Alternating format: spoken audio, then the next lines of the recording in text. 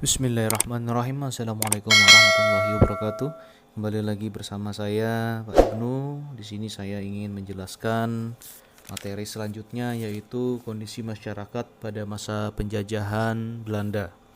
Nah, di sini pada abad ke-16 dan ke-17 ya, secara berturut-turut kekuasaan kolonial barat telah datang ke Indonesia dengan tujuan mencari laba sebesar-besarnya. Nah, dari situ pemerintah kolonial telah merusak ekonomi rakyat Indonesia dan mereka memaksakan monopoli di bidang perdagangan. Mereka juga menjalankan kebijakan yang ada pada umumnya sangat merugikan rakyat Indonesia, sehingga menimbulkan penderitaan dan kesengsaraan yang luar biasa. Nah, di sini salah satunya yaitu adanya monopoli perdagangan.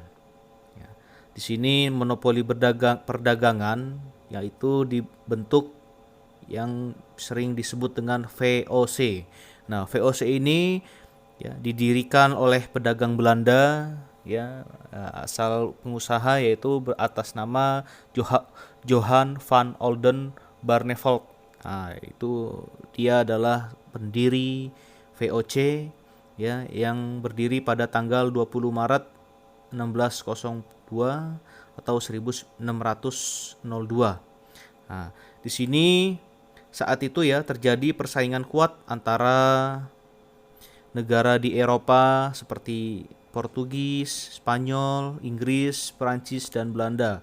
Nah, dari situ untuk memperebutkan kekuasaan perdagangan di Asia Timur, ya, mereka VOC ya diberi kewenangan ya kepada Belanda dalam menghadapi masalah tersebut oleh Staten General di Belanda, di mana wewenang atas biaya sendiri dan dapat membuat perjanjian kenegaraan serta menyatakan perang kepada suatu negara.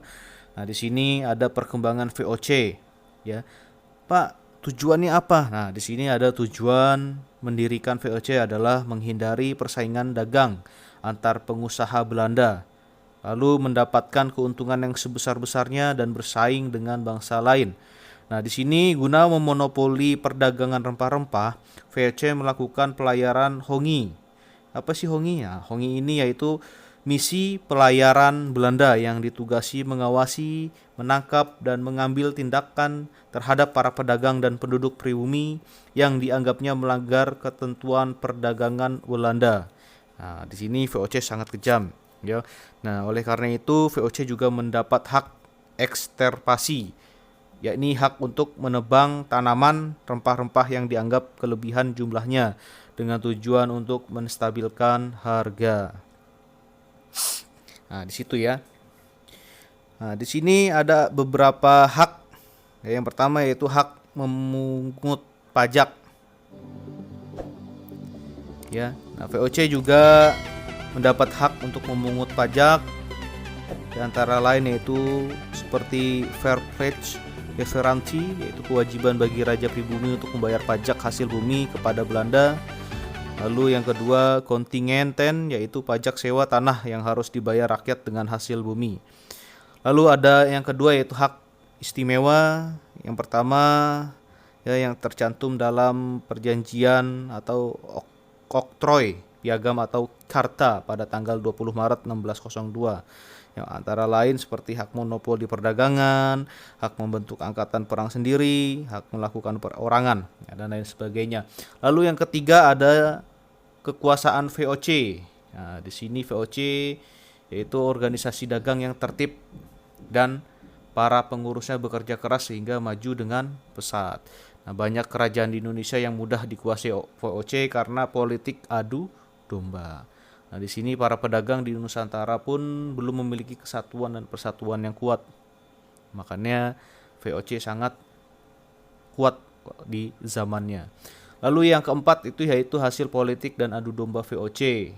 Ya, di antaranya yaitu VOC berhasil membantu Sultan Haji dalam merebut Banten dari tangan Sultan Ageng Tirtayak. Ya. Lalu yang kedua dalam perumusannya antara Raja Bone dan Sultan Makassar, yaitu Sultan Hasanuddin, VOC membantu Arupalaka sehingga terjadilah perjanjian Bongaya yang menyebabkan Makassar jatuh ke tangan VOC. Ya, di sini adapun runtuhnya VOC, ya. Ada runtuhnya yaitu yang pertama mereka runtuh pada tanggal 31 Desember 1799. Kemunduran VOC karena beberapa hal. Yang pertama karena adanya perang dengan penguasa.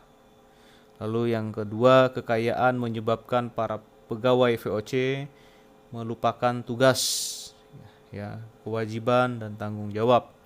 Lalu yang ketiga, terjadinya jual beli jabatan dan lain sebagainya. Nah, dari sini ada dampak positif dan negatifnya dalam monopoli perdagangan VOC di Indonesia. Ya, di antaranya yaitu dampak positifnya banyak bangsa asing, ya, Eropa, Asia, dan Timur Tengah yang melakukan kegiatan perdagangan di Nusantara. Ya, dan akibatnya aktivitas dagang menjadi makin ramai. Lalu yang kedua, pedagang pribumi memperoleh informasi hasil rempah-rempah yang laku di pasar internasional. Lalu selain itu juga mereka juga lebih mengetahui tata cara perdagangan dan lain sebagainya. Di situ ada dampak negatifnya juga dalam monopoli perdagangan. Yang pertama yaitu rakyat harus menjual hasil rempah-rempah kepada pihak VOC, pendapatan menurun, lalu menurunnya jumlah penduduk karena pembantaian massal, lalu penderitaan fisik atau kelelahan karena bekerja terlalu keras dan lain sebagainya. Nah, disitulah ada dampak positif dan negatif dalam pengaruh monopoli dalam perdagangan di Indonesia. Mungkin itu saja penjelasan dari saya. Maaf.